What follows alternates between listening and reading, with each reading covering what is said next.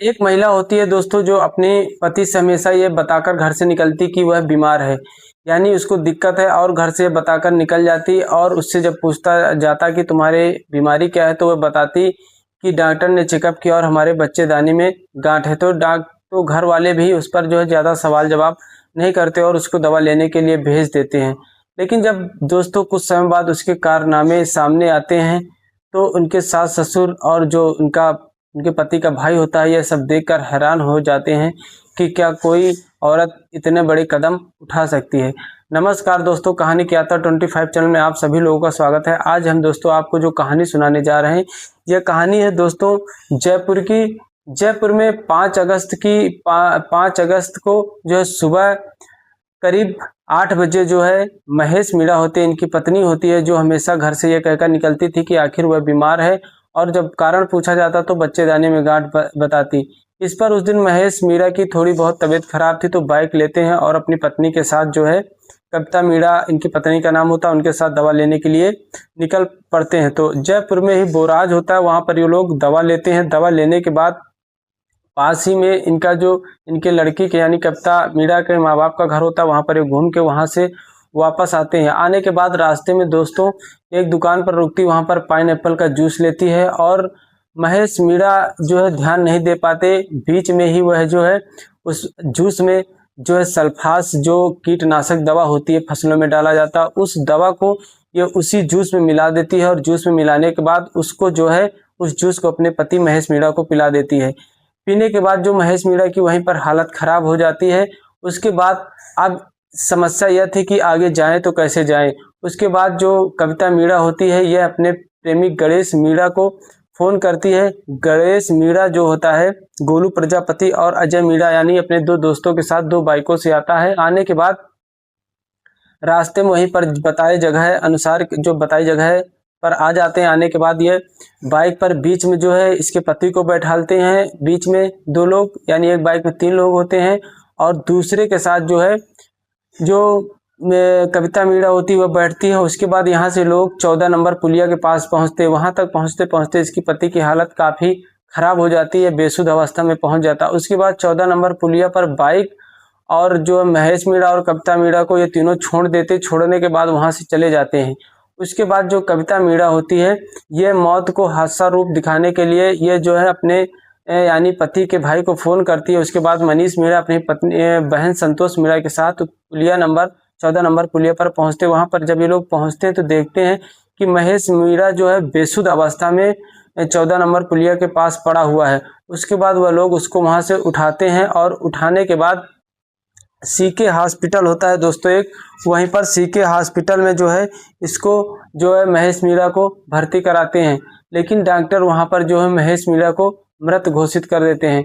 उसके बाद दोस्तों वह लोग वहां से जो है महेश मीणा को लेकर सब लोग घर पर आ जाते हैं।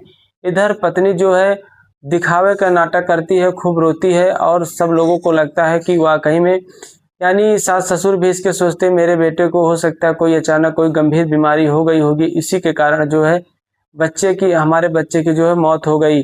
उसके बाद लेकिन जो है कुछ 1-2-4 दिन 5 दिन बीतते हैं, सब कुछ हो जाता दाह संस्कार वगैरह होने के बाद 2 से 4 दिन 5 दिन बाद देखते हैं कि सब लोग को जो है बराबर नींद नहीं आती, भूख प्यास नहीं लगती और ये है कि बेसुध अवस्था में आराम से सोती है, खाती पीती, इसको कोई दुख तकलीफ नहीं होती। तो इसका जो ससुर होता है उसको कहीं ना कहीं आशंका होती है कि मेरे बेटे को इतनी गंभीर कोई बीमारी भी नहीं थी, अचानक कैसे मर जाएगा। कहीं ना कहीं उनको आशंका हो जाती है कि मेरे बेटे को मारा गया है। उसके बाद यह पुलिस में कंप्लेन ना करके खुद ही साक्ष्य जुटाने में लग जाते हैं। पहले तो ये 14 नंबर पुलिया जहां पर अपने बेटे को लेते हैं और उससे सब पूरी बात करते हैं, बेटे को भी अपने साथ मिलाते हैं और उससे पूरी बात करने के बाद ये पूछते हैं कि तुम कहाँ गए थे और कहाँ से जो है महेश मतलब अपने भाई को उठा कर लाए थे। ये बताता है कि 14 नंबर पुलिया पर। उसके बाद ये लोग 14 नंबर पुलिया पर जाते हैं, वहां पर अगल बगल सब कुछ देखते हैं। तो दोस्तों जहां पर रुके होते हैं ये लोग बेसुध अवस्था में, जहां पर मीणा होता है महेश मीणा, वहीं पर एक सीसीटीवी कैमरा लगा होता है। तो वहां से दुकानदारों से रिक्वेस्ट करके जो है उसकी सीसी फुटेज निकाली जाती है, वीडियो। तो उसमें देखते हैं दोस्तों कि जिस प्रकार महेश मीणा वहां पर लाया गया था, इसकी पत्नी से जब पूछा गया था कि आखिर तुम वहां तक पहुंची कैसे बाइक से, तो इस पर जो कविता मीणा होती कि हम बाइक कहती कि हम ही बाइक चलाकर लाए थे और पति मतलब महेश मीणा को हम पीछे बैठा ले थे और ये इनकी शरीर थम रही थी नहीं रही थी, तो हम अपने दुपट्टे से पीठ में इनको बांध लिए थे, लेकिन जब बिल्कुल शरीर नहीं थमी तब हमने जो है उनके भाई महेश मीणा के भाई को फोन किया। उसके बाद ये सब कहानी पहले बता देती है, लेकिन इस कहानी के बताने के अनुसार जब ससुर इनके ये लोग सीसीटीवी देखते तो उसमें 3 अन्य लोग भी होते हैं। उसके बाद यहीं से उनका माथा ठनक जाता है और वो जो है हत्या की आशंका से जो है पुलिस के पास मामले को दर्ज कराते हैं। पुलिस के पास मामला दर्ज कराते हैं और वह बताते हैं 12 नवंबर 2024 में अपने बेटे की शादी की, अभी 1.5 से 2 साल भी नहीं हुआ और हमारी बहू ने ऐसा ऐसा कारनामा किया। उसके बाद पुलिस भी मामले को दर्ज करती है और वो सबूत पुलिस को मिल गया होता है। उसके बाद कुछ और भी साक्ष्य पुलिस जुटाने में लगी हुई है। पुलिस पूरे तरह से जो है यह जानकारी जुटाने में लगी है कि आखिर हत्या महेश मीणा की क्यों की गई थी और क्यों नहीं, लेकिन इसमें कुछ ना कुछ सुराग यही निकल कर आ रहा है दोस्तों कि यह प्रेम संबंध के तहत हत्या की गई है। जो है कविता मीणा को लगता था अगर हम अपने पति महेश मीणा को रास्ते से हटा दें तो जो है गणेश मीणा के साथ रहने लगेंगे, और गणेश मीणा से यह करीब 7 से 8 साल के पहले भी रिलेशनशिप में थी, लेकिन घर वालों की मर्जी यानी घर वाले नहीं चाहते थे कि गणेश मीणा से इसकी शादी हो। उसके बाद जबरदस्ती कहें दोस्तों तो इसकी शादी महेश मीणा से की गई थी। घर वालों को मना नहीं कर पाई थी, लेकिन कहीं ना कहीं इसके दिल में गणेश मीणा की जो जगह थी वो मिट्टी नहीं थी।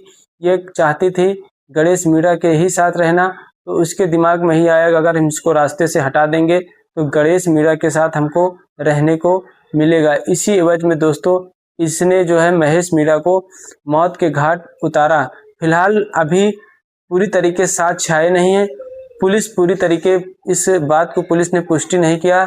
साक्ष्य पूरे जो है मेडिकल रिपोर्ट और पूरे साक्ष्य आने के बाद ही इसकी पुष्टि होगी। अभी पुलिस का कहना है कि कुछ ठोस सबूत बाकी हैं, उसके बाद ही इसकी पूर्ण रूप से पुष्टि होगी। आज की कहानी में बस इतना ही दोस्तों, धन्यवाद।